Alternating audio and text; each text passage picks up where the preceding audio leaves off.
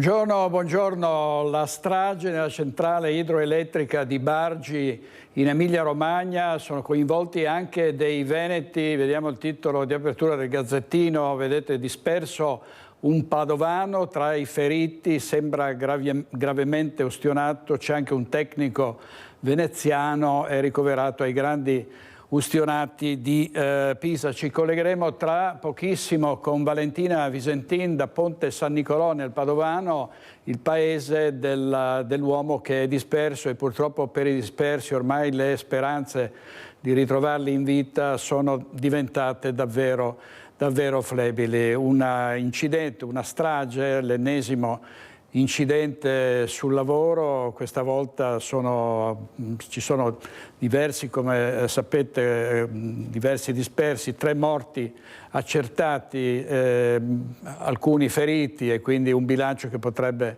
aggravarsi di ora in ora, ma sentiremo i dettagli sul disperso di Padova, di Ponte San Nicolò, e sul ferito veneziano nel prossimo collegamento con Valentina Visentin. Adesso andiamo invece a Mestre, andiamo in diretta da Filippo Fois, perché c'è stata in tutto il Veneto ovviamente la festa per la fine del Ramadan, migliaia di musulmani in preghiera. A te la linea, Filippo. Sì, buongiorno direttore, buongiorno ai telespettatori di Rete Veneta. Il Ramadan si è festeggiato in tutto il Veneto, ma qui a Mestre si è tinto di un significato particolare.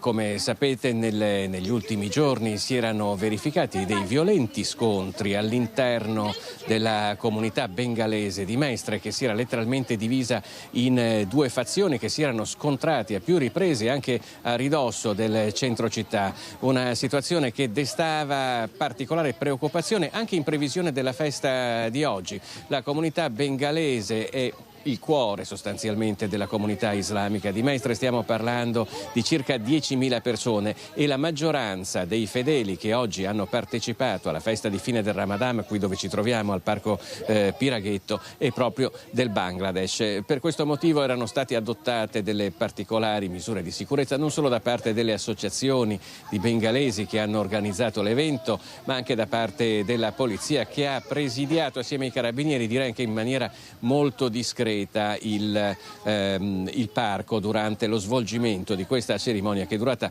all'incirca un'ora, tra le 8 e le 9:30. Io direi che possiamo sentire proprio alla fine della manifestazione. Noi abbiamo avvicinato Prince Olader, che è il presidente della comunità bengalese di Mestre, proprio per fare un bilancio della festa di fine Ramadan qui a Mestre, e anche parlare dei problemi che ci sono stati in quest'ultima settimana. Com'è andata dal punto di vista dell'ordine pubblico? C'era stata qualche preoccupazione? Allora, dal punto di vista di pubblica sicurezza è andato molto bene, perché oltre al nostro staff c'erano delle pattuglie della polizia, dei carabinieri e della polizia locale che hanno presidiato fuori dall'area, però è andato molto bene. Noi immaginavamo che andava così, però comunque nel dubbio abbiamo cercato comunque di rafforzare un po' lo staff, e abbiamo chiesto anche una mano alle forze dell'ordine che ci hanno supportato. E ha avuto modo adesso di parlare anche con la sua comunità, qui siete in circa 2.000 persone. Qual è il polso della comunità, anche per quello che riguarda gli ultimi problemi che ci sono stati? Guardi, purtroppo quello che è successo nell'ultima settimana è un episodio molto grave, tanto che anche il nostro imam ha ribadito che questi comportamenti, questi modi, questi tipi di aggressioni che sono successi a Venezia non devono più ricapitare, perché purtroppo queste piccole cose rovinano proprio il nome della comunità, perché la comunità non è composta solo da una città, ma la comunità è composta da un paese intero, e ci sono tantissime persone che vengono da tutta Italia e da tutto il Bangladesh, e quindi ci teneva anche l'imam a mandare un messaggio di pace e di tranquillità.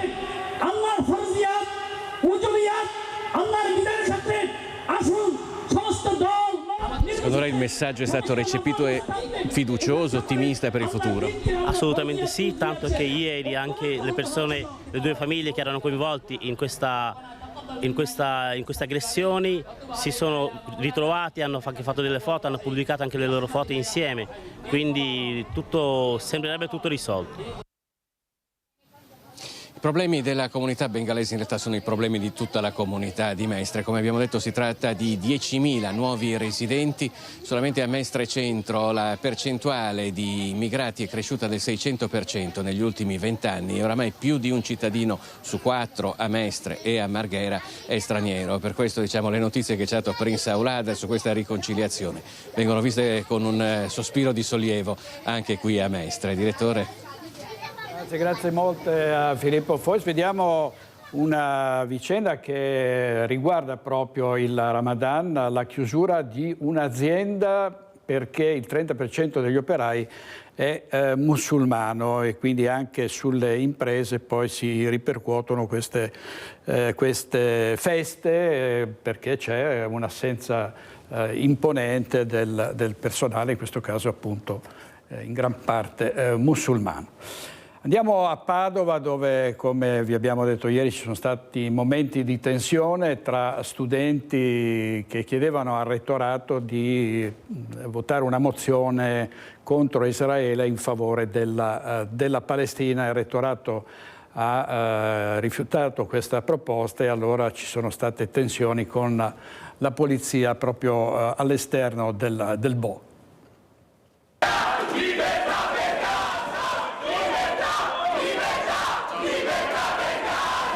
Mentre all'esterno dell'università si accendeva la tensione tra la polizia e gli studenti dei collettivi di Spazio Qatar, dell'Assemblea Studentesca per la Palestina e Potere al Popolo, all'interno del BOI il Senato accademico respingeva la mozione che chiedeva all'università di interrompere i rapporti di collaborazione scientifica con gli atenei israeliani. 11 voti contrari, tra cui quello della rettrice Mapelli, 11 astenuti, solo 3 favorevoli alla mozione, ovvero i rappresentanti degli studenti. Siamo usciti con nulla come ne eravamo usciti a novembre, stessa identica situazione. Un IPD che si volta dall'altra parte e soprattutto la rettrice che vota contraria alla nostra mozione e che non si vuole esprimere su questi fatti. Gli studenti UDU presenti in Senato accademico lanciano una nuova mobilitazione in Piazza dei Signori questa sera per chiedere il cessate il fuoco a Gaza e una revisione del bando Maecci.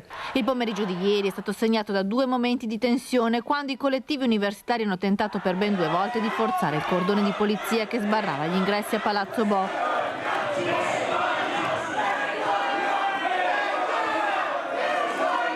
La polizia ha spinto i manifestanti lontano dall'entrata lungo l'Easton, dove sono rimasti fino all'annuncio dell'esito della votazione che ha respinto la mozione, una decisione che ovviamente ha deluso gli studenti che hanno attaccato la rettrice. Non si capisce perché la rettrice non può parlare con gli studenti, non può avere un incontro con gli studenti come è successo in altre università e ci fa trovare la polizia schierata. E la polizia ha a che fare anche con le baby gang che imperversano in tutte le nostre città. È diventato virale il video dell'uomo che aveva tentato di soccorrere una donna importunata che è stato preso a calci e pugni da alcuni minorenni. Ovviamente il comune di Treviso sta pensando a dei provvedimenti molto severi. Sentiamo in diretta Edi Caliman con il vice sindaco Alessandro Manera. Buongiorno direttore, hai detto bene, i temi della sicurezza e delle baby gang sono stati al centro del discorso della questora di Treviso De Bernardin. Oggi noi ci troviamo all'interno dell'ex chiesa di Sant'Ionisso, gremita questa mattina per il 172esimo anniversario della fondazione della Polizia di Stato. Con noi il vice sindaco, come annunciavi già, Alessandro Manera. Tanti temi affrontati questa mattina, importanti riconoscimenti di merito dati agli agenti della Polizia, il tema della sicurezza al centro, vice sindaco. Sì, importanti riconoscimenti perché gli agenti della Polizia di Stato svolgono un servizio diversificato e il questore ha fatto benissimo a enunciare anche le nuove tematiche su cui la Polizia di Stato entra, soprattutto sulla sicurezza informatica e anche sul sottolineare che certi reati sono quasi scomparsi, come le rapine in banca o gli uffici postali, anche per il grande valore di sicurezza dato dalla Polizia di Stato stessa. E chiaramente è entrata sul tema delle baby gang, queste famigerate baby gang, che sono fonte sicuramente di un disagio giovanile, spesso legato anche al post pandemia, bisogna dirlo, e che per noi come amministrazione, ma in generale per gli amministratori tutti, partono anche un disagio all'interno delle famiglie che andrebbe curato lì, più che caricare la Polizia di Stato nel perseguire reati che spesso non sono anche delle stupidaggini fatte da questi ragazzi che probabilmente non hanno il senso della città e sicuramente non quello dello Stato. Il bilancio dell'anno della polizia e degli interventi che sono stati fatti nel discorso della questora, particolarmente significativo il passaggio appunto sulle baby gang, sono cambiati i reati, ha detto la questora. Io lancerei il discorso che ha fatto poco fa proprio da questo palco, direttore, io salutando restituisco la linea. In questa provincia ha assunto da tempo centralità il tema della sicurezza urbana, ovvero la vivibilità e la fruibilità delle città e con il connesso fenomeno, quotidianamente agli onori della cronaca, delle baby gang. In questo anno le forze di polizia, in raccordo operativo tra loro e con le polizie municipali, hanno proseguito e intensificato i servizi per garantire il sicuro e tranquillo svolgimento della vita cittadina, anche con l'ausilio dei militari dell'esercito del dispositivo Strade Sicure.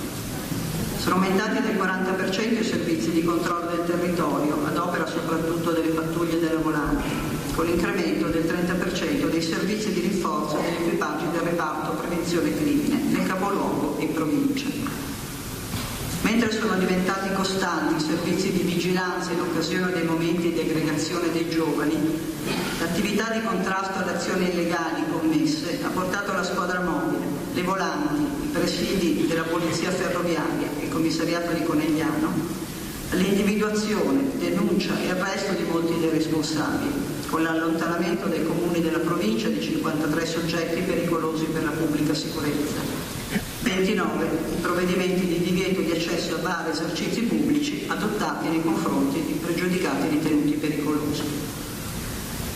Ma, come ho premesso, il cambiamento delle dinamiche sociali non consente più di cullarsi nel ricordo di idilliaci tempi andati. Al di là delle condotte costituenti reato, che vengono puntualmente affrontate con gli strumenti di diritto penale, il fenomeno che affligge e tanto allarma questa comunità, propriamente definibile come intemperanza giovanile, non può essere contenuto unicamente con l'azione di polizia, ma deve essere affrontato alla radice con progettualità per la diffusione nei giovani e negli adulti della cultura della legalità e del rispetto. Tra poco ci collegheremo anche con Luisa Bertini a Vicenza, dove alla festa di polizia abbiamo parlato con il questore, che ha parlato di un aumento dei furti e anche un aumento delle violenze di genere. Però sempre riguardo alle risse delle baby gang, è il caso del padre dell'aggressore, di un cinquantenne, che è stato pestato con calci e pugni, che ha proposto alla vittima di incontrare lui insieme al figlio, e Luca Bullo si è detto, diciamo la vittima si è detto disposto ad incontrarli. Vediamo, sentiamo. Ci siamo già incontrati, abbiamo già fatto abbiamo già preparato determinate cose, ci incontreremo di nuovo fra un mese e andremo avanti per la nostra strada, come è giusto come abbiamo deciso di fare. A parlare è il padre del 17enne arrestato per la rissa in vicolo Rialto. L'incontro dopo l'uscita dalla questura. L'uomo ha voluto un faccia a faccia con Luca Gobbo, il professionista fiscale residente in Svizzera, brutalmente picchiato per difendere una donna dai suoi insulti. Lui ha espresso quanto gli dispiaceva tutto quanto e mi ha chiesto come stavo e poi ci siamo abbracciati. A lui gli sono venute le lacrime e a quel punto lì l'ho abbracciato io. La vittima e la famiglia del ragazzo hanno deciso di lavorare insieme per trasformare l'aggressività dei giovani in attività sportive, cercando di fare del ragazzo un esempio positivo per gli altri. Vediamo di eliminare questo trauma qui e di trasformarlo in una cosa giusta e serena che abbia modello anche per altri genitori e altri bambini che si trovano in condizioni del genere. I genitori del ragazzo hanno chiesto al giudice di tenerlo in comunità fino al processo e hanno anche richiesto un test tossicologico per comprendere meglio le sue azioni. Luca, dalla Bulgaria per lavoro, padre di 2 gemelli, cerca di farci capire perché un minore alle volte può arrivare a comportarsi in modo violento. Di solito è frutto di tantissime cose, di cose molto evidenti, tipo sostanze, tipo brutte compagnie, tipo esperienze, e poi anche mancanza di cose elementari umane, tipo attenzione, affetto, e non solo dai genitori. Se non c'è nessuno che prende per mano la nuova generazione e gli insegna come trasformare ad esempio frustrazione in creatività o aggressione in prestazioni sportiva, non arriviamo da nessuna parte. Lei ha definito un eroe il padre del ragazzo, per quale motivo? Per il semplice motivo che lui fa da esempio per gli altri genitori che non sanno come comportarsi. Lui consapevole, sì, vuole salvare il figlio, ma in una maniera efficiente. Non tutelarlo quando che non è giusto di tutelarlo e non abbandonarlo quando che non è giusto di abbandonarlo. Gli sta dietro, però dice: tu devi scontare la tua pena. E vediamo sempre i minorenni al centro di queste vicende. La vicenda del delitto di Varago è tra le più raccapriccianti. E si è visto in un video la morte di Aymen con Elia Fiorindi, che è accusato dell'omicidio, ma l'avvocato Fabio Crea dice si vede un video in cui la vittima impugnava un coltello. Immagini che riprendono pochi istanti prima dell'omicidio di Aymen Benameur, colpito a morte da Elia Fiorindi. I due ragazzi si affrontano, si strattonano. In questo breve video si vede la vittima tenere in mano un oggetto. Emerge chiaramente quello che in una prima fase non era stato evidenziato nella consulenza del pubblico ministero, e cioè il possesso del coltello da parte della vittima, che in 16 secondi, quanto erano quelli dalla comparsa delle due persone, della vittima e dell'imputato, fino al momento dell'accoltellamento, era tutta una fase che non era stata elaborata, diciamo così, rappresentata al consulente del pubblico ministero, e grazie alle nostre indagini difensive è emersa la visione del coltello in più momenti. In 16 secondi il brutale omicidio. Fiorindi estrae dalla giacca un coltello e colpisce più volte la vittima, che riesce a fare pochi passi e poi si accascia a terra. Secondo la difesa di Elia Fiorindi, Aymen aveva in mano a sua volta un coltello che teneva con la lama verso il basso. Il coltello sembrava tenuto sì con la lama, ma quasi fosse pronto ad essere voltato e utilizzato. Insomma, quella è una posizione che poi quelle saranno considerazioni che faremo alla fine, però non mi pare neanche in senso di minaccia quanto pronto a un'impugnatura decisa all'utilizzo eventualmente sicuro. Ecco. In quest'udienza sono stati sentiti i periti, è stato mostrato in aula il video, prima in formato originale, poi ingrandito, per cogliere quel particolare che per la difesa è ormai una verità. Aymen era armato. Diversa la posizione del legale della famiglia, secondo il quale quell'oggetto in mano ad Aymen potrebbe essere una sigaretta elettronica, ipotesi assolutamente respinta dall'avvocato Crea. Verificato l'episodio, non mi pare potesse lasciare intendere che quell'oggetto, che era assolutamente visibile e chiaro nella rappresentazione di una lama, potesse essere anche confuso con molta immaginazione per una sigaretta elettronica. Fiorindi agli arresti domiciliari viene giudicato con rito abbreviato, il che vuol dire con uno sconto di 1/3 della pena. La prossima udienza il 17 maggio, dove sarà Fiorindi a raccontare la sua verità.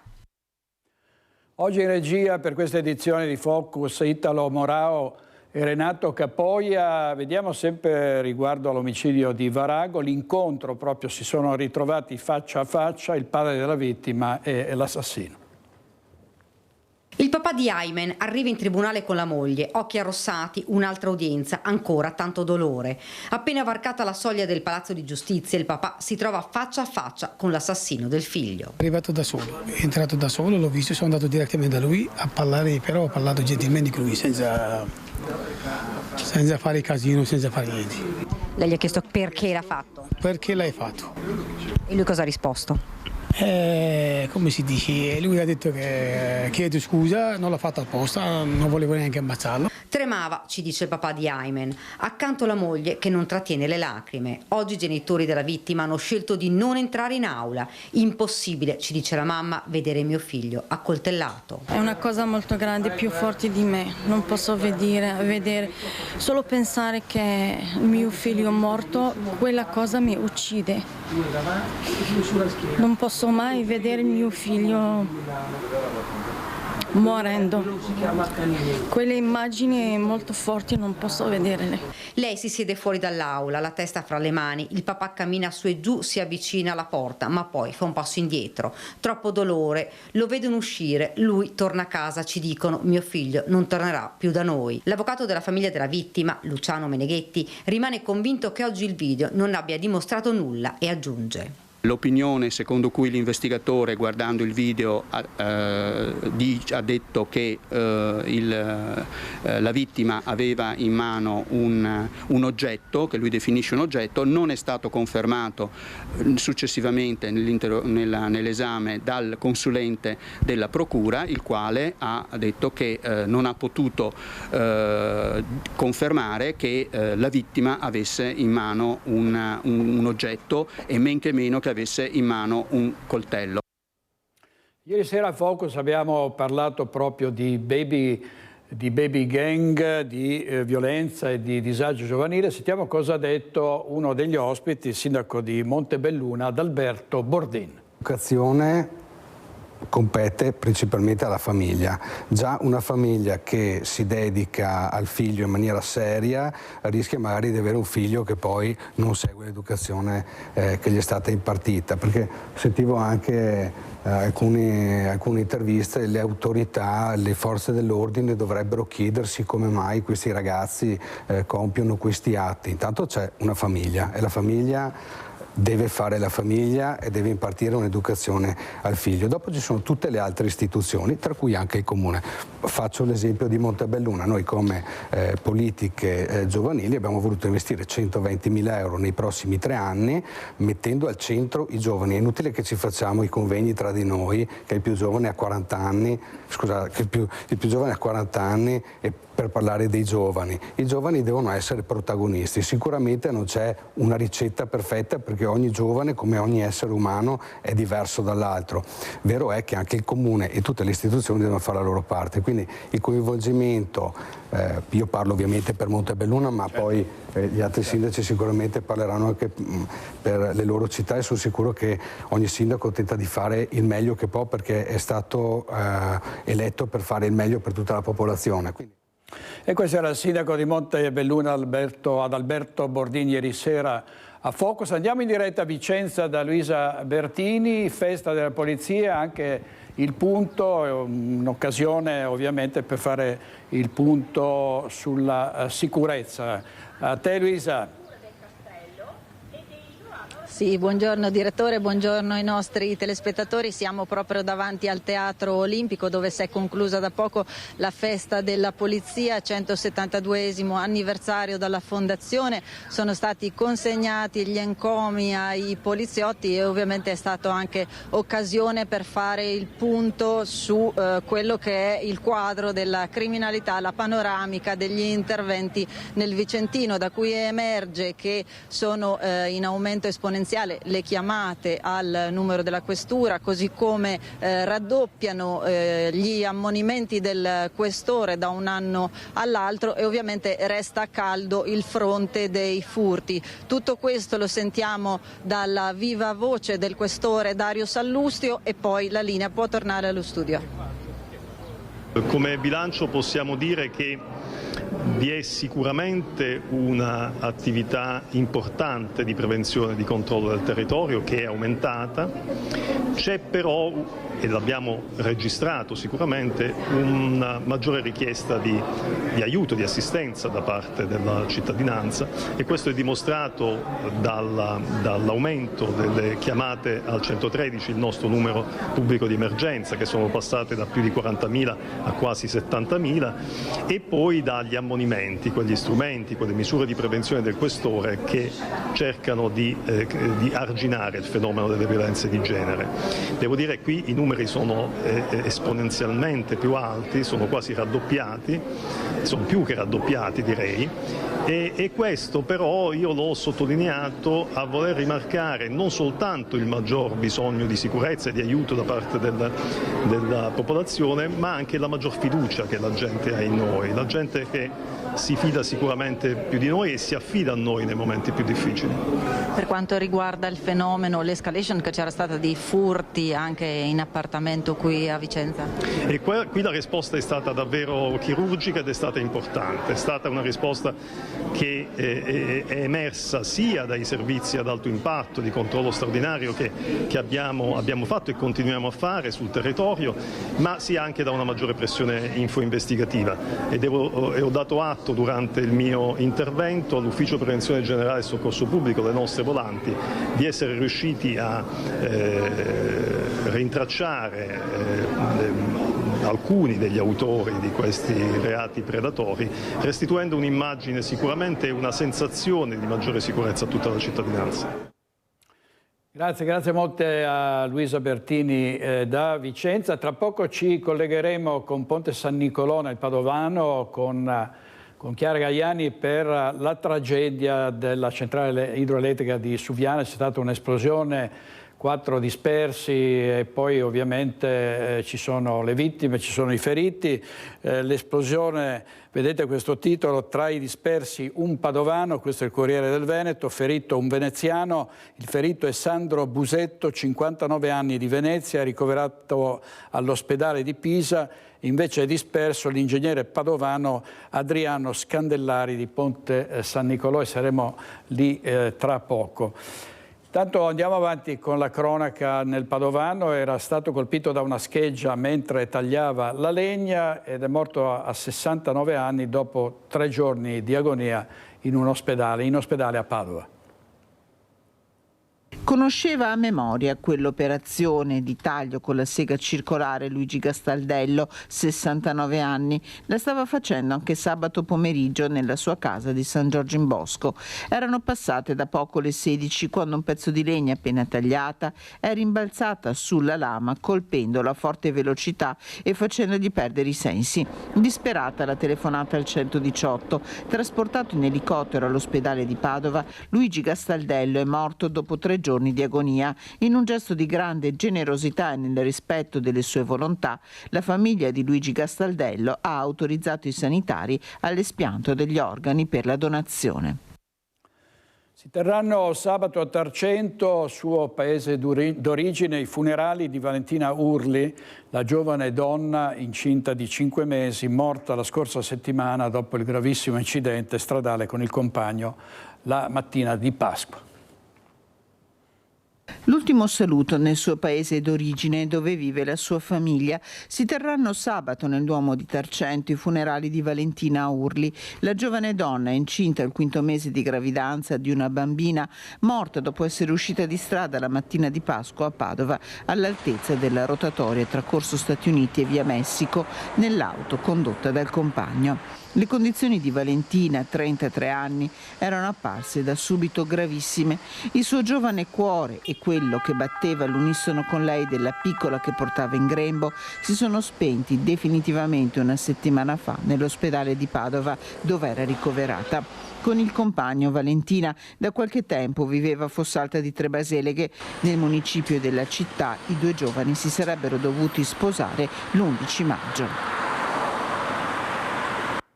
La tragedia di Suviana, la centrale idroelettrica dove c'è stata ieri un'esplosione, 3 le vittime accertate, 4 i dispersi, tra questi un ingegnere di Ponte San Nicolò. Ci colleghiamo subito con Chiara Gaiani. A te, Chiara. Direttore, buongiorno. Sì, siamo a Ponte San Nicolò con il collega Cristian Roque Allende. La fiammella della speranza è ancora accesa. Ce lo raccontava proprio poc'anzi Enrico Rinoncini, assessore ed è stato sindaco a lungo di Ponte San Nicolò. Adriano Scandellari, 57 anni, un ingegnere dell'Enel, è una persona molto conosciuta, una famiglia proprio di Ponte San Nicolò, vivono qui con la moglie e le figlie. È arrivata come un fulmine a ciel sereno questa mattina la notizia nel gruppo della parrocchia, perché proprio le porte della chiesa sono aperte da questa mattina per pregare per Adriano. Siete tutti in preghiera per lui?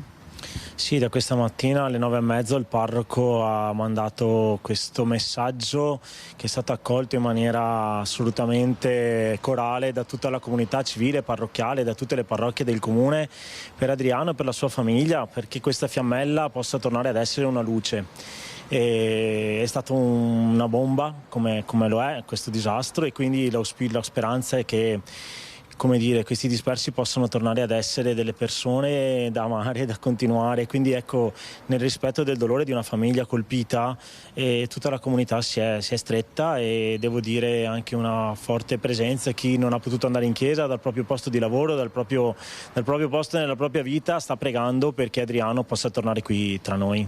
Ecco, sappiamo insomma come la speranza non sia ancora cessata. Abbiamo sentito poco prima di sentire Enrico Rinoncini anche il sindaco di Ponte San Nicolò, Martino Schiavon, in contatto con la famiglia che è partita questa mattina alla volta di Bologna. Anche il sindaco li sta accompagnando, una famiglia davvero molto conosciuta. Il sindaco al telefono continuava a dirmi: Adriano è una persona conosciutissima, lo stimiamo tutti, ben voluta, una bella forte presenza a Ponte San Nicolò. Adriano.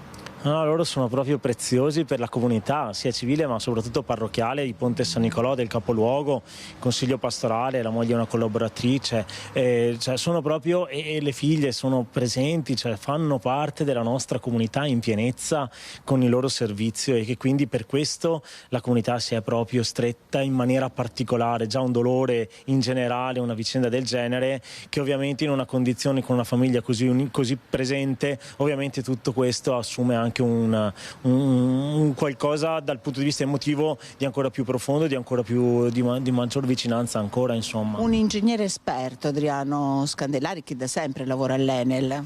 Adriano, anche per il suo carattere, molto umile, perché non ha mai, come dire, fatto, sì, sapevamo di questo suo lavoro, eravamo a conoscenza delle sue grandi potenzialità, del suo ruolo così importante, ma con la sua consueta umiltà non ha mai fatto, insomma, trapelare. Sapevamo che aveva ruoli importanti, e il fatto che questa cosa adesso sia trapelata in questa situazione davvero è sconcertante.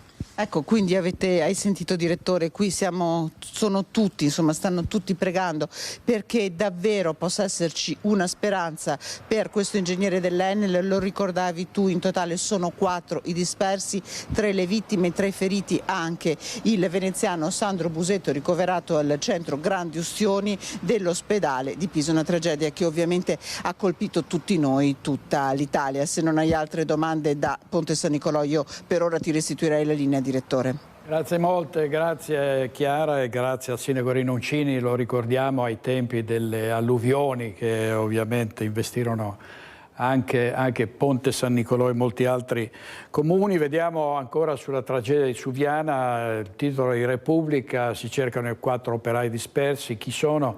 I vigili del fuoco, operazioni complesse, poche speranze. Lo scoppio nel giorno del collaudo dopo la manutenzione. Ovviamente si sta indagando per capire quali siano state le cause di questa tragedia. Torniamo alla cronaca. Nel Padovano ha preso a bastonate il vicino con l'intento di uccidere. Chiesti 8 anni di carcere per un pensionato di Piombino Dese.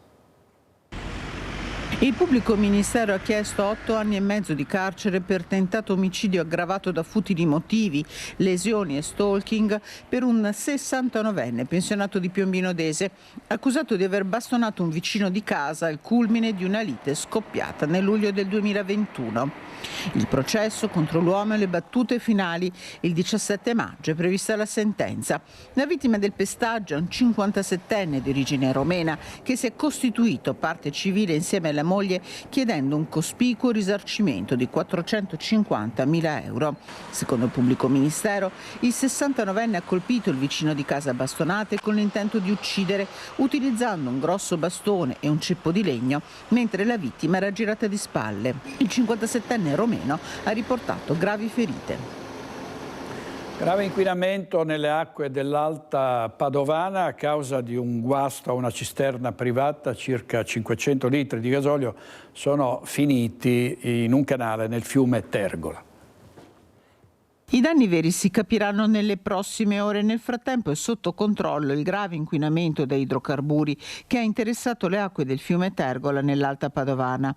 Tutto è partito nel pomeriggio di lunedì a San Giorgio delle Pertiche, come ci racconta Andrea Carnio, consigliere comunale delegato alla Protezione Civile. Io ho ricevuto la prima telefonata da un cittadino indicativamente alle 18 che sentivano odore di gas. Al che mi sono recato sul posto e effettivamente ho riscontrato anche un fortissimo odore di gas. Una cisterna privata assolutamente accidentalmente ha avuto un guasto che si è riversato poi sui pluviali e a sua volta dentro il canale Rio Volpone. Un lavoro incessante terminato verso le 4 della scorsa notte per evitare che i 500 litri di gasolio sversati nella Rio Volpone e da lì nel Tergola finissero nel Brenta. Un impegno corale che ha visto sul posto anche la presenza di 2 sindaci di San Giorgio delle Pertiche e Campodarsego. Una cisterna in regola, spiega Andrea Carnio. Con i vigili del fuoco, Protezione Civile dei comuni di Campodarsego, San Giorgio e anche della provincia di Padova e del consorzio ci siamo adoperati per posare le barriere assorbenti lungo il Tergola, perché appunto ormai si era già riversato sul Tergola, lungo tutto il percorso del Tergola, che vuol dire attraverso San Giorgio,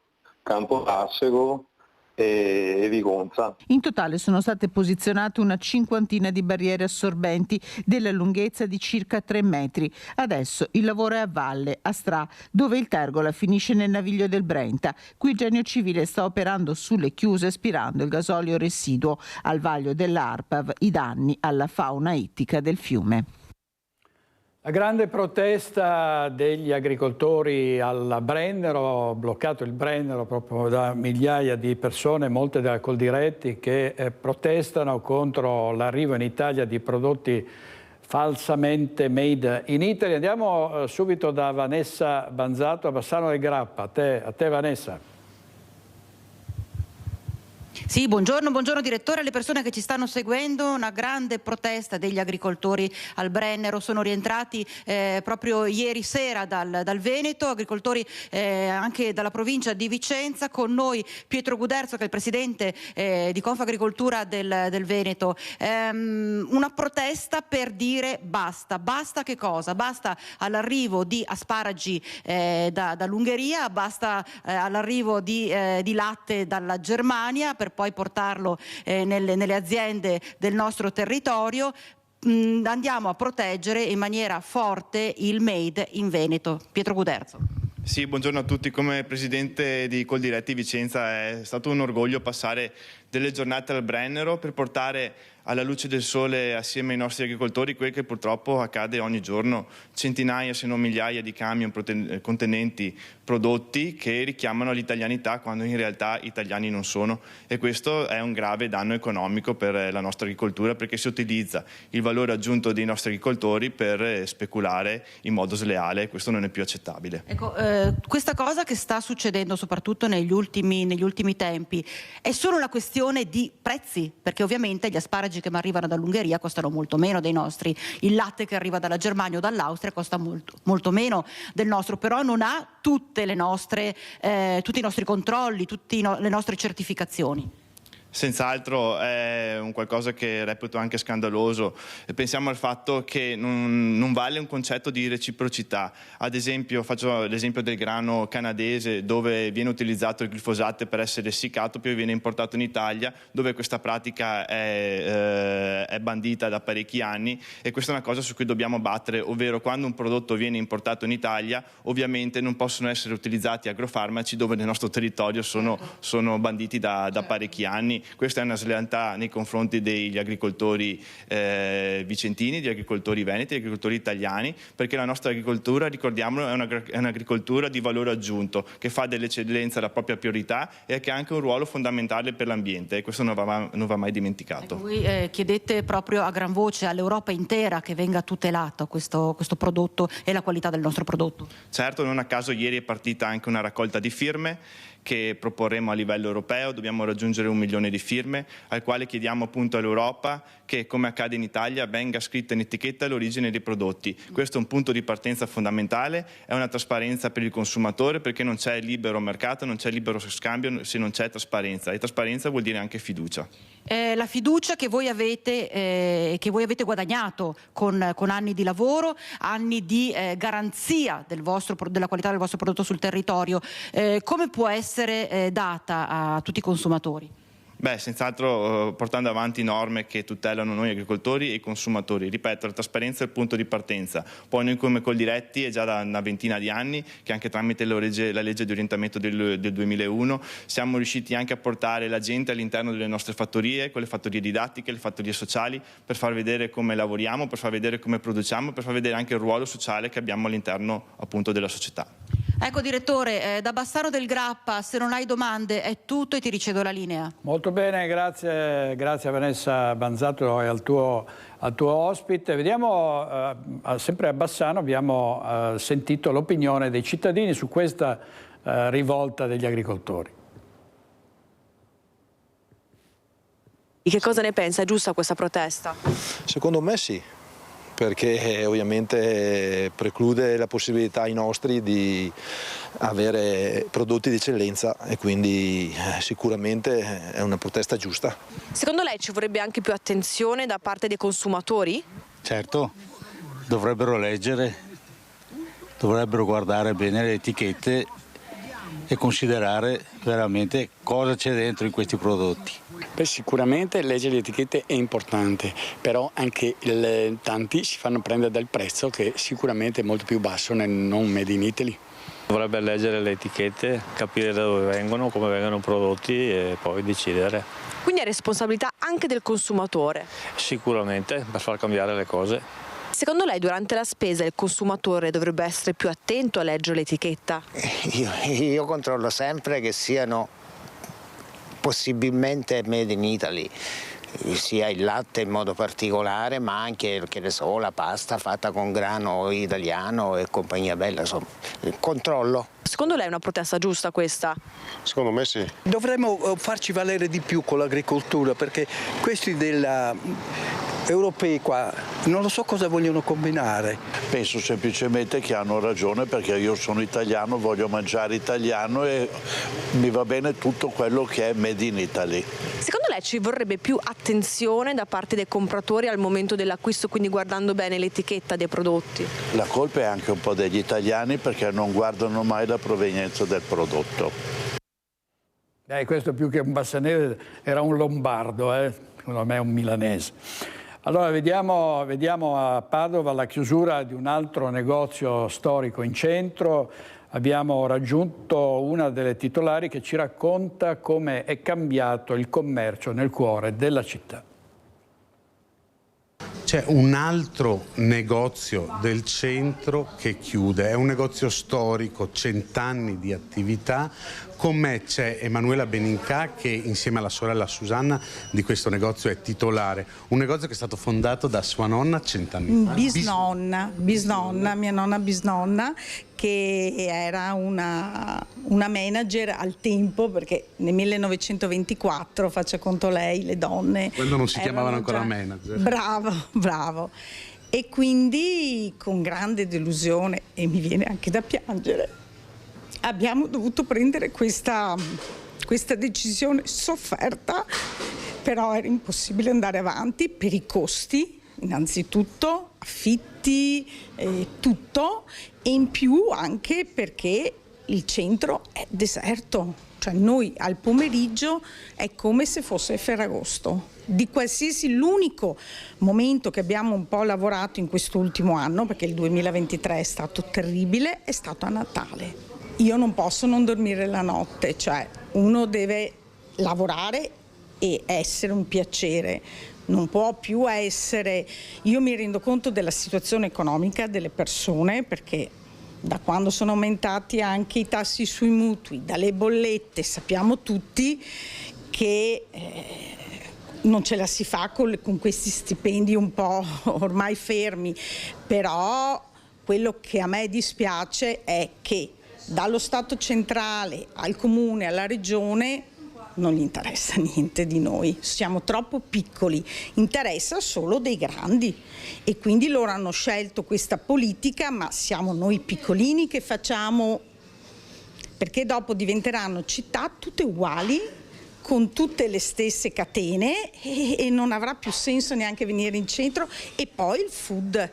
Ecco, apre. C'è questo tema che voi avete un osservatorio particolare, certo. Siamo proprio nel cuore di Padova, siamo in Piazza delle Erbe e sta cambiando radicalmente la qualità dei negozi, non certo. più piccoli negozi di quasi artigiani, se Bravo. possiamo dire, ma grandi catene, soprattutto di street food, di certo. alimentari. Sì, tantissimo. Qua il sabato è tutto mangiare, bere e pochissimo per noi, perché è cambiato secondo me le priorità, specialmente dopo il Covid. E non parliamo del Covid, cosa noi abbiamo perso in termini economici, senza zero aiuti da nessuno, e quindi adesso va tutto questo, perché adesso ho sentito che apre anche Starbucks e quindi loro adesso fanno da padroni, però una città non può essere solo cibo. Cioè, ci deve essere qualcos'altro, quindi c'è anche un ragionamento probabilmente da fare su quelli che sono i prezzi degli affitti per i negozi. Gli affitti sono troppo alti. Io sento degli affitti qua in giro che io non so neanche come fanno, anche se sono delle catene, cioè è impegnativo, voglio dire, perché purtroppo sono pieni i negozi sfitti, è pieno, non so se lei ha visto, però non è come una volta che c'era l'ecocanone che interveniva lo Stato e diceva no, tu devi aprirlo, non puoi lasciare. Preferiscono lasciarli sfitti, e qua ci sono già 2 negozi sfitti da 5-6 mesi, qua non so cosa avverrà, e quindi anche perché gli affitti sono alti, quindi non ce la fai con tutte le spese proprio giornaliere. Io dovrei incassare 3-4 volte di più di quello che incasso. Ecco, con questa amara riflessione della signora Benincà la ringraziamo e sperando che magari ci ripensi, c'è qualche margine di ripensamento. No, purtroppo no. No, purtroppo no. Il servizio, l'intervista di Francesco Rattà, il dramma dei negozianti schiacciati dall'e-commerce e dalle grandi catene, dai grandi centri commerciali. E poi c'è il dramma degli automobilisti, di tutti noi che usiamo l'automobile, perché stanno per andare nuovamente alle stelle i prezzi di benzina verde e gasolio. Si parla di oltre 2 euro al litro ancora una volta. Vediamo. Meno di 1,90 euro la benzina normale, la senza piombo, non si trova. Qui 1,87 €, quindi sono di strada per fortuna, perché se no. Però ne ho evitate almeno altre 5. È impegnativo, con i costi della vita, sì. Sono tornati ad aumentare i prezzi dei carburanti, in media 13 centesimi in più al litro per la benzina, 7 per il gasolio, che per un'utilitaria significa circa 7 euro in più a pieno. Sta succedendo che i prezzi alla pompa stanno scaricando sull'utente l'aumento dei prezzi sui mercati internazionali di prodotti raffinati. E la nuova stangata sui carburanti si abbatte sulle famiglie non solo per l'aumento alla pompa, ma anche sugli inevitabili rincari a cascata di tutte le merci trasportate su gomma. 7 centesimi al litro per un camion che fa da 1,5 km a 2 km al litro, capirete che pesa molto, quindi a fine anno il camionista ha migliaia di euro in più da o recuperare i suoi clienti o tirarselo via dalla sua paga, ma normalmente non hanno alternative che scaricarlo sull'utente, quindi a cascata sui prezzi sulle merci che trasporta. Adiconsum chiede al governo di intervenire sulle accise. Sono circa 19 le tasse che gravano sulla benzina, che portano a un importo tra il 48 e il 58% di costituzione del costo della benzina, appunto. Noi chiediamo, come già ebbe modo di fare il governo Draghi nel novembre del 2022, una rimodulazione di queste accise di modo da pesare meno sul consumatore finale. Consumatori ormai rassegnati e che tentano di risparmiare qualcosina cercando il distributore meno caro. Sì, che dopo alla fine sono millesimi e magari già il fatto di fare, non so, quei 2-3 chilometri li hai già persi. Non siamo noi purtroppo a decidere queste cose, le dobbiamo solo subire. So qualcosa perché arrivo da Cittadella e lavoro qua a Trevignano, per cui è un bel po' di strada da fare.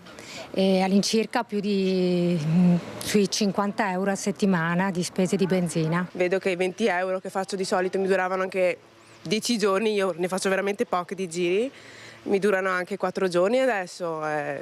Sì, in una famiglia si sente la differenza.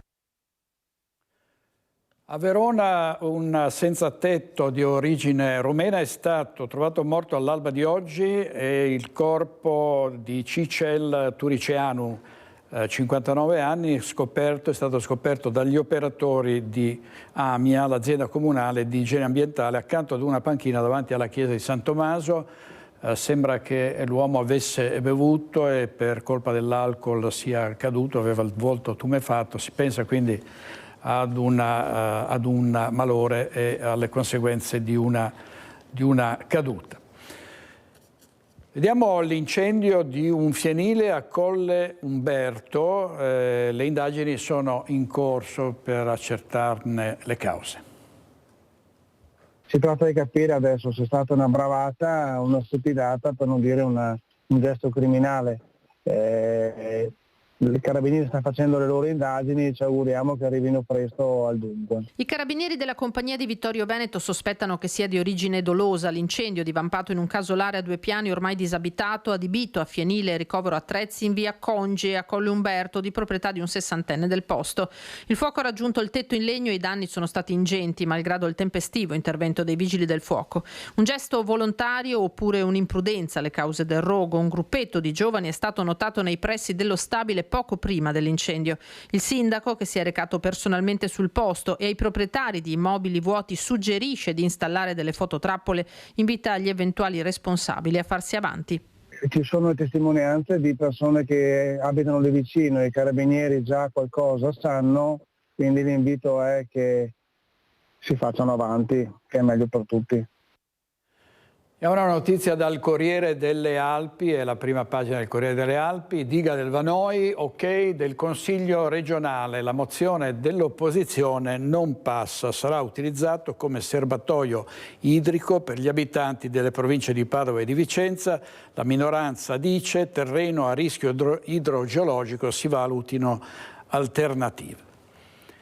La polemica sulla moschea di via Turazza, siamo tornati a Padova con i residenti esasperati per le preghiere notturne ad alto volume. Parla l'avvocato di uno dei cittadini che è stato minacciato per aver chiesto di non fare rumore. Nei momenti di Ramadan accade che la preghiera del mattino, quindi quando viene fatta nelle ore presto del mattino, e tutti i canti disturbano la quiete pubblica e la quiete delle persone che vivono a fianco alla moschea. L'avvocato che sostiene un residente di via Turazza racconta quello che sta passando da tempo il suo assistito, un padre di famiglia che preferisce non mostrarsi in volto per paura di ripercussioni, visto che ha affrontato un calvario giudiziario di 2 anni. L'uomo, solo per aver chiesto in passato di abbassare il volume degli altoparlanti di notte durante la preghiera, è stato spintonato, insultato e poi a sua volta denunciato. Lui viene aggredito, ci sono le immagini video e lui si difende facendo dei passi indietro e rifugiandosi dentro il cancello di casa, viene aggredito verbalmente con lancio di materiale che oltre il danno la beffa e gli viene accusato, quindi viene denunciato per lesioni personali e per danneggiamento. Il procedimento alla fine è stato archiviato e il residente è stato dichiarato non colpevole, ma resta la questione della difficile convivenza tra chi vive in via Turazza e i frequentatori della moschea, tanto che qualcuno in risposta alle preghiere notturne ha acceso della musica, ottenendo in risposta insulti e minacce da parte degli frequentatori della moschea. Qui non è una questione di moschea, perché non è la fede musulmana in questione, è il rispetto, perché è una battaglia che comunque farebbe chiunque, anche nei confronti di un prete di periferia che mette le campane alle 4 della mattina. Cioè non è il culto musulmano il problema, è il rispetto delle persone che hai a fianco. Questo audio è stato registrato di notte in via Turazza a Padova da alcuni residenti che abitano vicino al centro islamico molto frequentato, soprattutto nel periodo del Ramadan. Il marciapiede viene anche riempito di biciclette che impediscono il passaggio. Esasperati, preoccupati, i residenti hanno scritto così al sindaco e ieri la vicenda è stata discussa in consiglio comunale. E appunto si è discusso della situazione della moschea e vediamo cosa ha detto il vice sindaco di Padova, Andrea Michalizzi.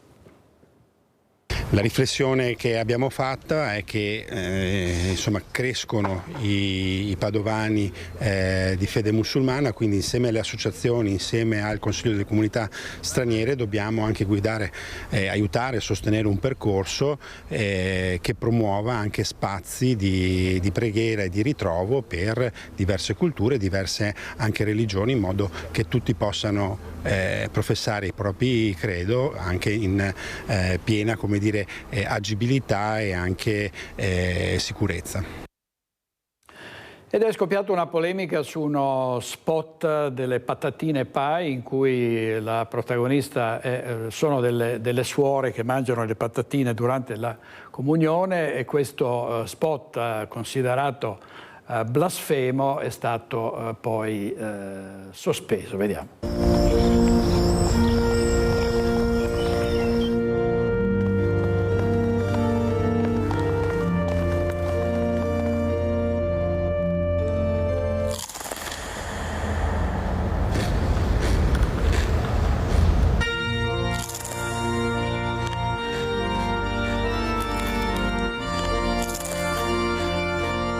Amica Chips, il divino quotidiano.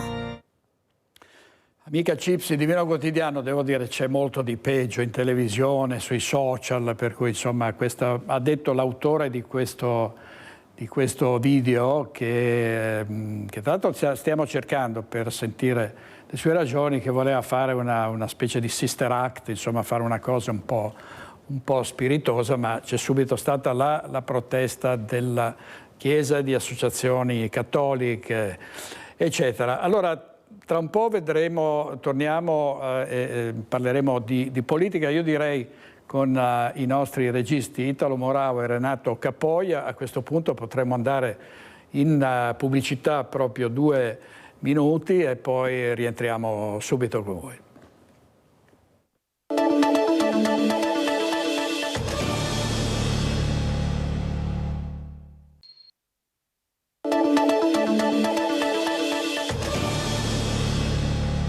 Il vicepresidente del Consiglio regionale Nicola Finco, candidato a Bassano del Grappa con un asse formato da Lega, Forza Italia e Democrazia Cristiana, ma continua ad occuparsi dei problemi della città. Tra questi c'è ancora il ritardo nella realizzazione, nell'apertura della cittadella giudiziaria, nel tribunale che i bassanesi sperano da anni ormai di vedere funzionare e contro coloro che stanno rallentando questa apertura Finco va all'attacco. Sentiamo.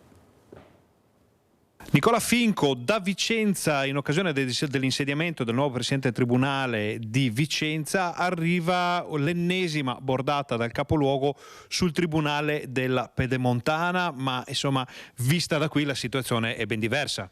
Sì, innanzitutto mi dispiace che il primo pensiero del nuovo presidente del Tribunale sia proprio il Tribunale della Pedemontana, quindi l'opposizione a questo importante progetto, ma soprattutto la cosa che sconvolge è questa continua, questo continuo atteggiamento da parte di Vicenza nei confronti di Bassano.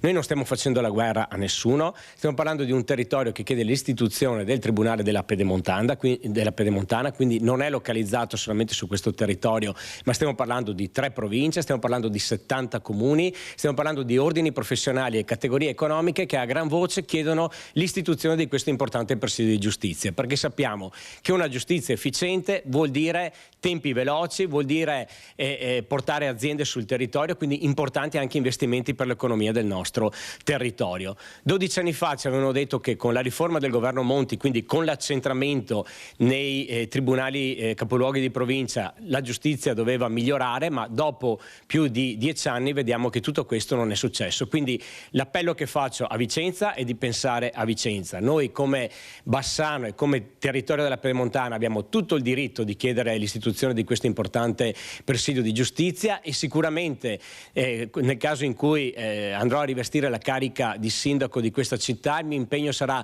costante e settimanale presso anche il Ministero della Giustizia, perché dia finalmente una risposta concreta a quella che è un'esigenza urgente del nostro territorio.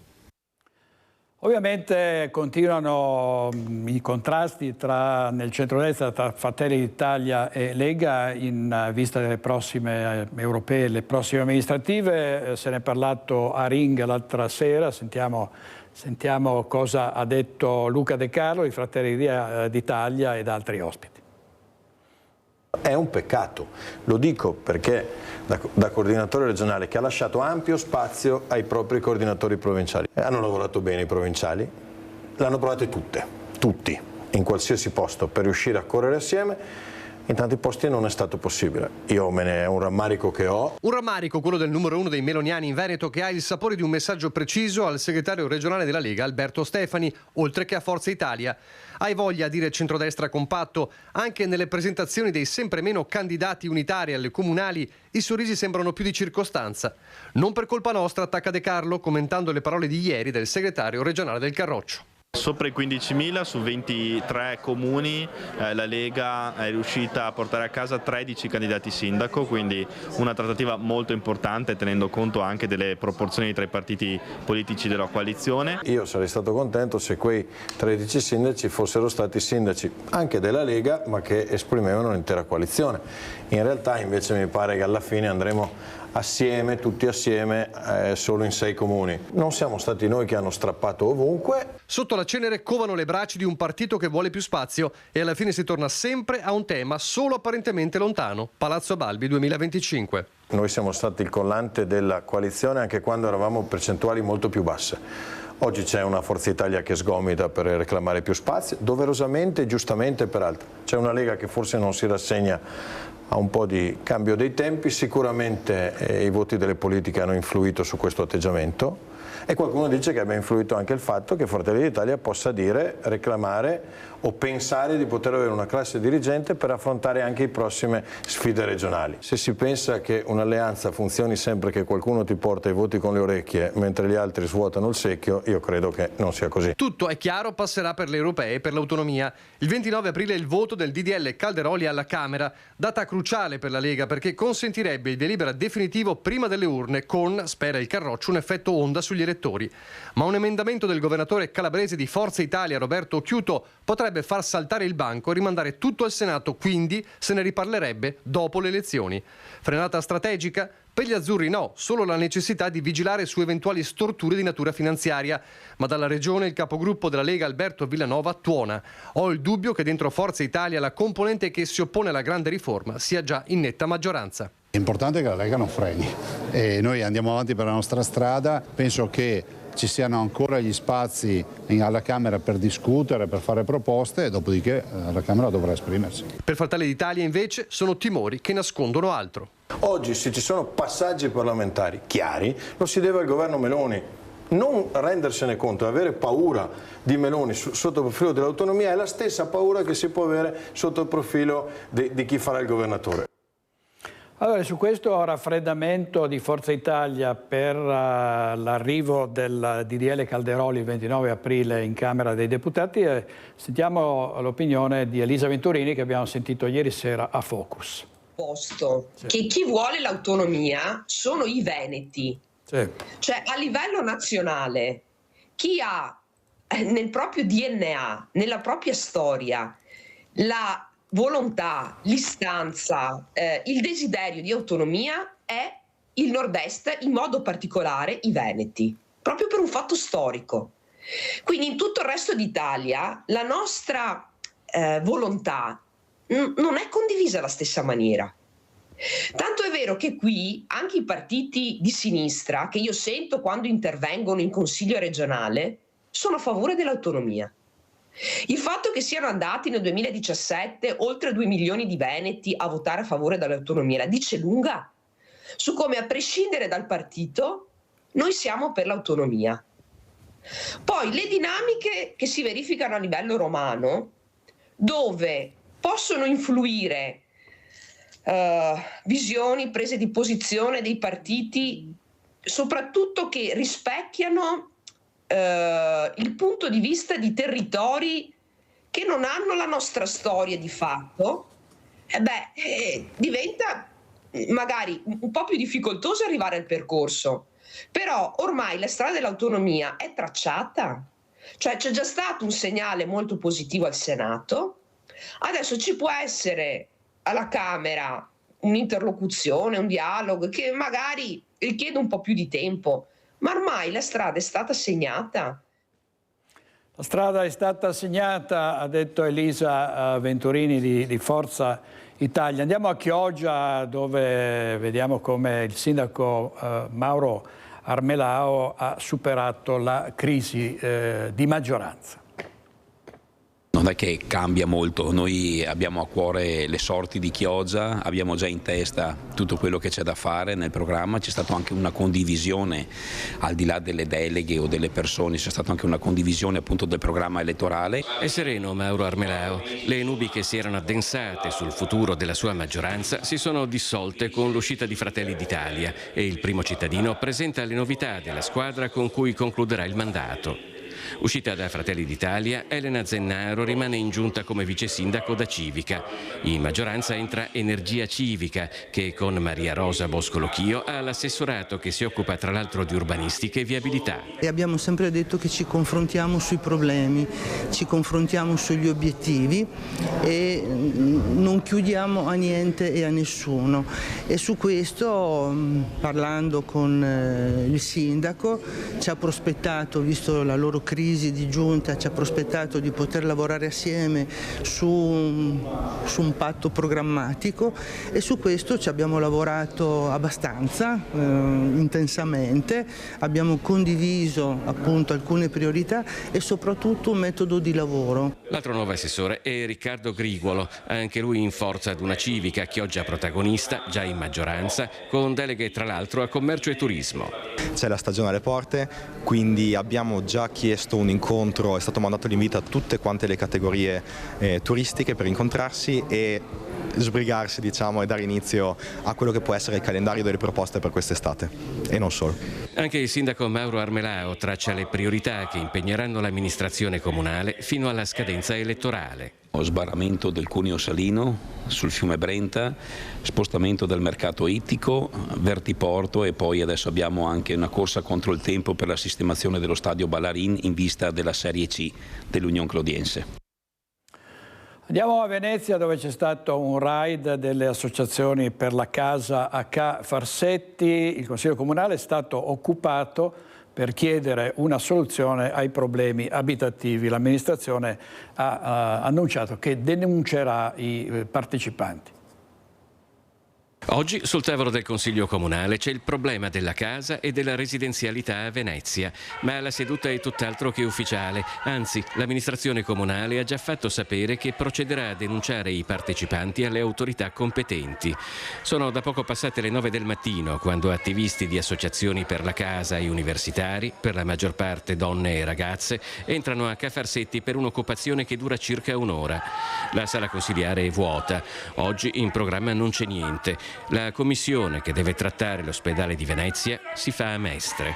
I manifestanti occupano i posti della giunta. Noi siamo qua per protestare pacificamente verso una situazione che sta degenerando in città, che è l'emergenza abitativa. Abbiamo qua tanti utenti, purtroppo, anche gente che lavora senza fissa dimora, perché siamo in emergenza sociale in tutto il paese e soprattutto nella nostra città. Noi vogliamo un'altra gestione di questa città, non vogliamo più una gestione di un sindaco che continua a porre al centro il turismo, vogliamo un sindaco che ponga al centro i cittadini e le cittadine. Chiediamo case e chiediamo servizi. Noi come studenti vediamo benissimo, no, i problemi che ci sono a livello residenziale, paghiamo degli affitti veramente troppo alti, nel privato i prezzi sono veramente incredibili e tra l'altro molti di noi pagano in nero.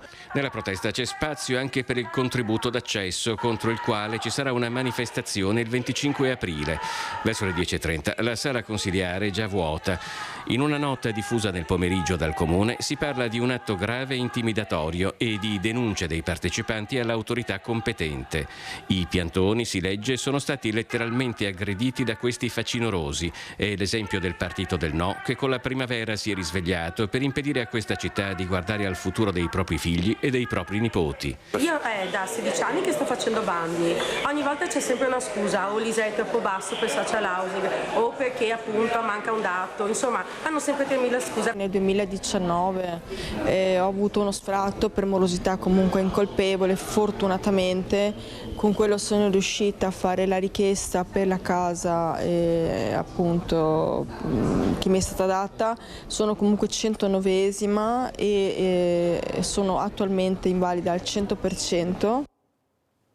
Servizio di Filippo Fois, restiamo a Venezia perché ieri in Regione il Veneto ha approvato il nuovo piano energetico da oltre 7 miliardi.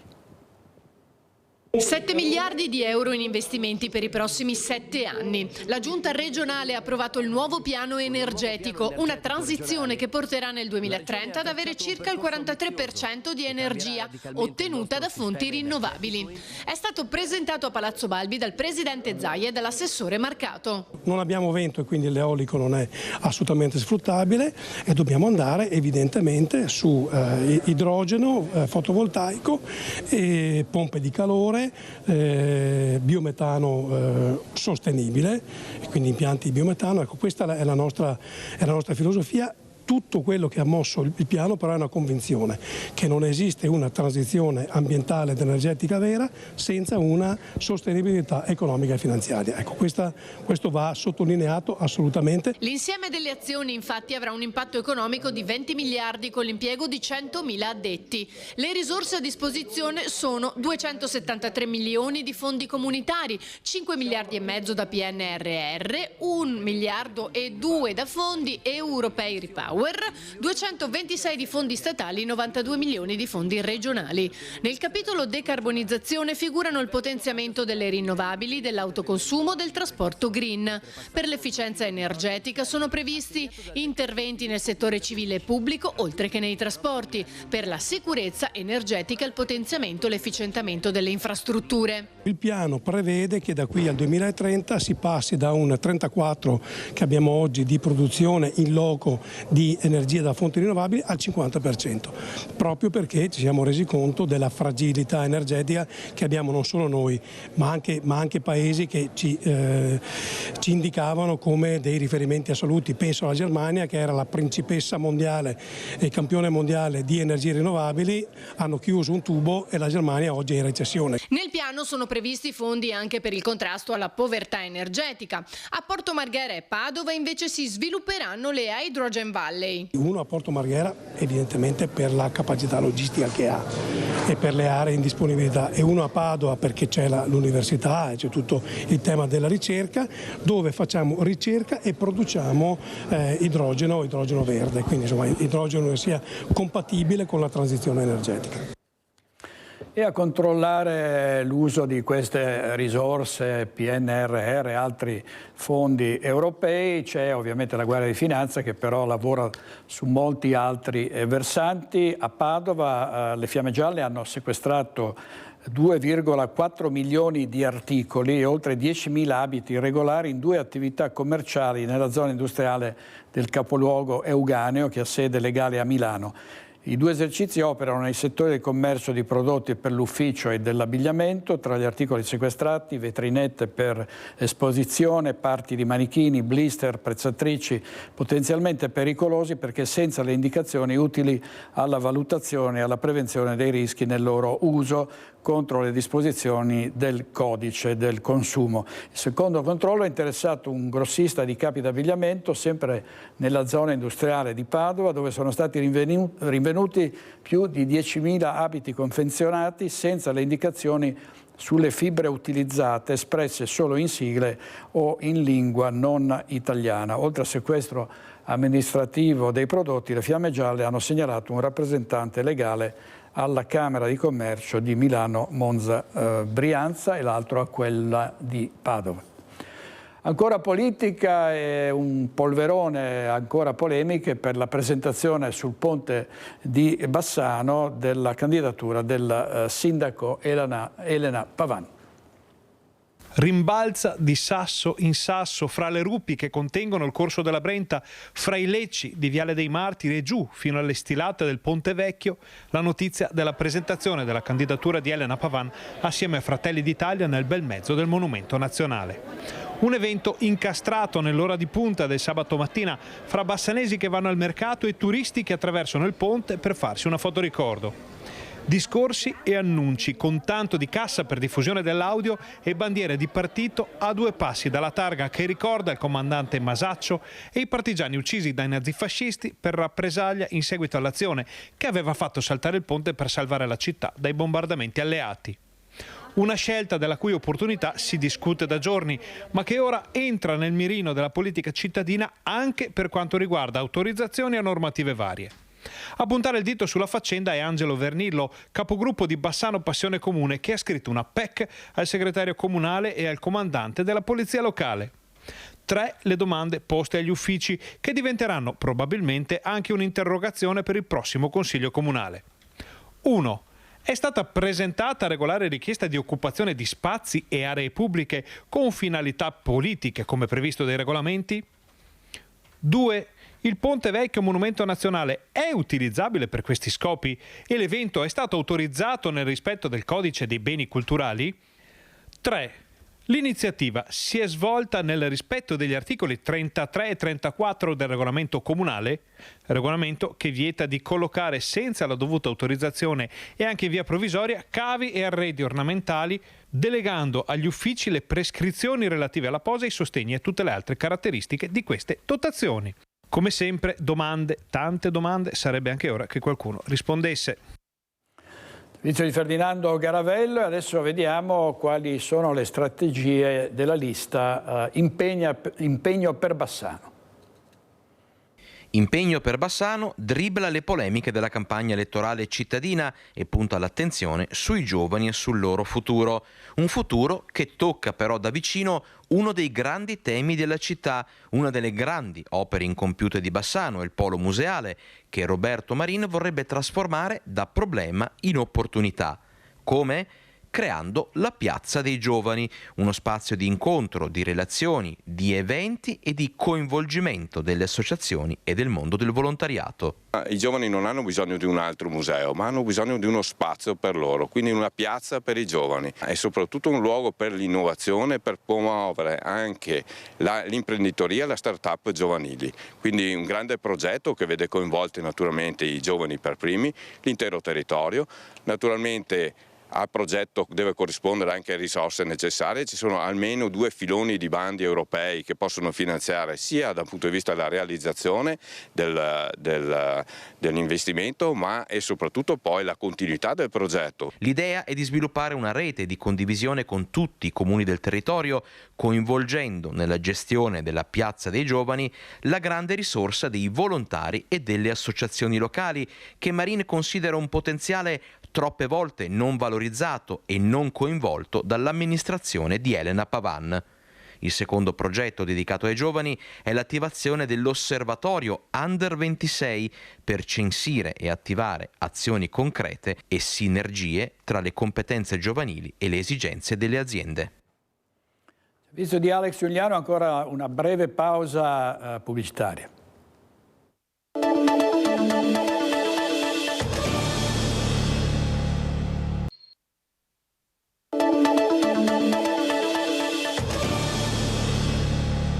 Teppisti e vandali sempre in attività purtroppo, sgomento a Padova per i gravi danni subiti dalla facciata del padiglione 7 della fiera, imbrattata nella notte da scritte Novax.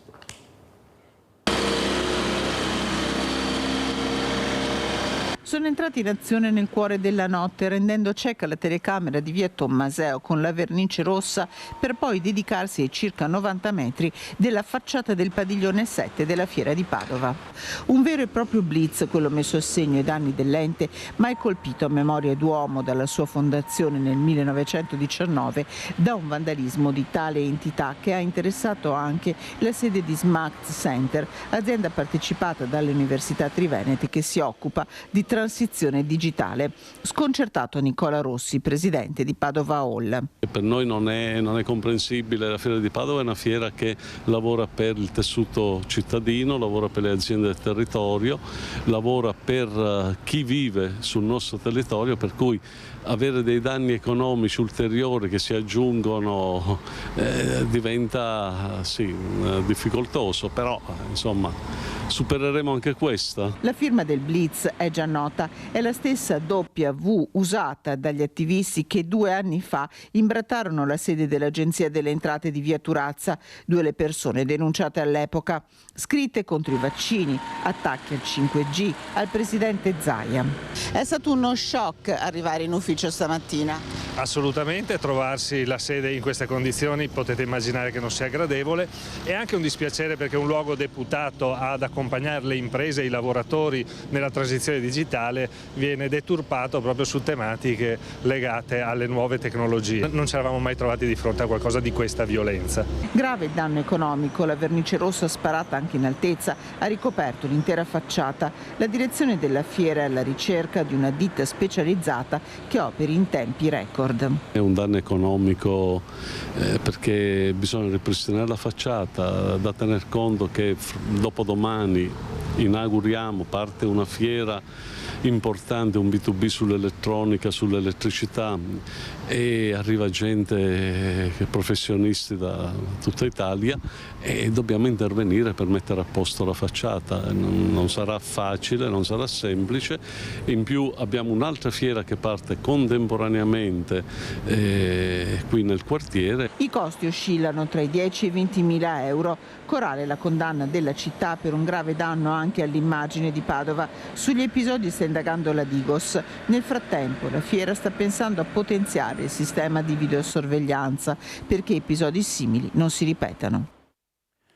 E c'è anche il modo di combattere i cambiamenti climatici usando materiali particolari come il cemento drenante, come piantando alberi e più verde, e questo dovrebbe essere il modello della nuova Piazza Savelli.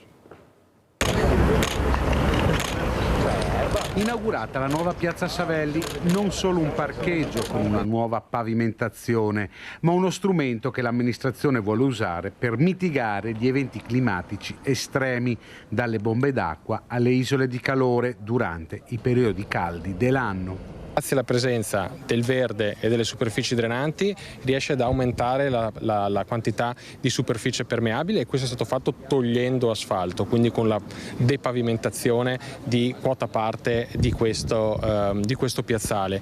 Poi la presenza degli alberi ovviamente porta una serie di servizi ecosistemici, come si dice, quindi dei fattori importanti dal punto di vista ambientale, anche in termini di mitigazione delle isole di calore con le proprie chiome. Un'opera importante è costata quasi 800.000 euro finanziati grazie ai fondi di un bando del Ministero. In un'area che dalle nostre analisi però insomma era già evidente, era completamente rossa se vista dall'alto perché è un'isola di calore. Quindi un'area che adesso avrà delle ricadute ambientali importantissime, che diventa anche più bella e che è un paradigma anche per queste aree industriali commerciali. Ora questo tipo di piazza può essere esportato anche in altre zone della città. Pensiamo che questo possa essere potremmo definirlo un paradigma per i lavori pubblici, quindi un modello che vogliamo replicare. Pensiamo per esempio alla zona industriale, dove sono tante le aree che meritano un intervento di questo tipo con inverdimento, ma pensiamo anche alle zone più centrali della città che sono state realizzate in un'epoca nella quale non c'era questa attenzione al verde, alla presenza di alberi, e che meritano oggi di essere riviste con questo tipo di approccio.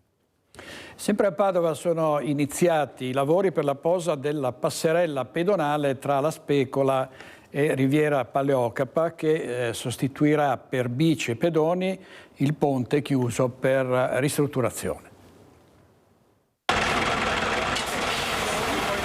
Ci vorranno 10 giorni, poi le due sponde del canale maestro del Bacchiglione all'ombra dell'osservatorio della Specola saranno di nuovo attraversabili da pedoni e biciclette. Sono iniziati i lavori di posa della passerella temporanea che collegherà Piazza Accademia Delia e Riviera Paleocapa, che resterà installato durante i lavori di ristrutturazione del ponte. Le operazioni di posa della passerella pedonale, lunga 42 metri, larga 2,5 metri, sono coordinate dal Comando Forze Operative Nord dell'Esercito.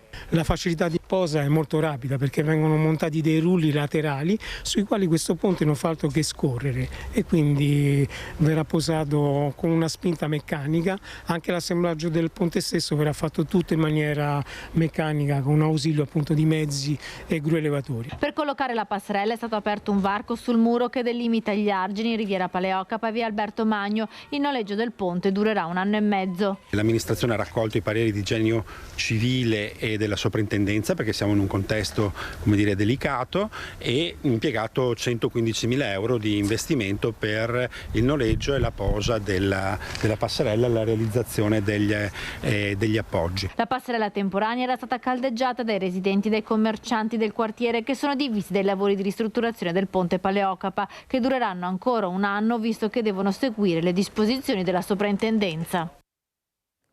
E già che ci siamo, chiudiamo con Padova e con lo sport. Ha iniziato gli allenamenti Massimo Oddo, che è il nuovo mister del calcio Padova dopo l'esonero di Torrente. La squadra ha un unico obiettivo, e cioè la Serie B. L'unico obiettivo possibile è la vittoria di un campionato, la promozione in Serie B, che è il grande obiettivo del Padova, quindi ho accettato con entusiasmo perché ritengo che questa sia una squadra che possa fare bene. Ci crede Massimo Oddo nella possibilità di vittoria del calcio Padova, un bentornato quello al campione del mondo che in questi 2 anni non ha smesso di seguire le sorti dei biancoscudati. E qui qualcosa di importante si è fatto, anche se l'epilogo non è stato dei migliori, però comunque c'è stata una vittoria di una Coppa Italia, che è sempre una coppa alzata al cielo, e ho sempre tenuto un certo legame alla piazza, ai tifosi, alla società, e quindi sono contento di essere qui, ma non sono tornato perché ero già stato qui o per qualsiasi forma di rivalsa. Sono qui perché quando un allenatore accetta una situazione, ne ho avuto anche quest'anno e non ho accettato, è perché deve avere l'entusiasmo giusto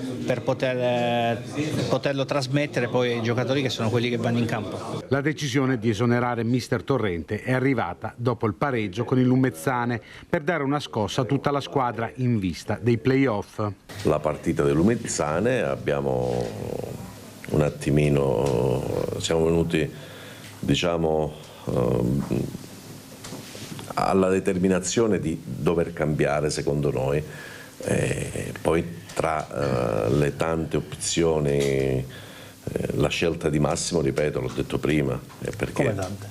No, tante opzioni che potevamo affrontare, ma la scelta di Massimo è quella che conosce l'ambiente. Prima cosa da fare in queste 3 giornate che restano nella stagione regolare è mantenere il secondo posto in classifica. Ci dobbiamo porre un obiettivo alla volta. Il nostro primo obiettivo è consolidare il secondo posto, poi una volta fatto questo è ovvio che l'allenatore potrebbe avere la possibilità di non sperimentare, perché le idee in testa le ho chiare, ma di vedere un po' tutta la rosa giocare una partita di campionato e farsi un'idea più importante. Ecco. Servizio di Francesco Rattai, e chiudiamo con la notizia con cui avevamo aperto questa edizione. Purtroppo ci sono anche dei veneti nella tragedia della centrale idroelettrica nel Bolognese, dove ci sono 3 morti per ora, 4 dispersi, e tra questi un tecnico padovano. Si tratta dell'ingegnere Adriano Scandellari di Ponte San Nicolò, lavoratore di Enel Green Power, che era presente alla centrale al momento della tragedia. Sono flebili le speranze di ritrovare i dispersi in vita. È tutto per oggi, grazie ai nostri registi Italo Morao e Renato Capoglia. Ci vediamo stasera alle 21:15 a Focus. Buona giornata.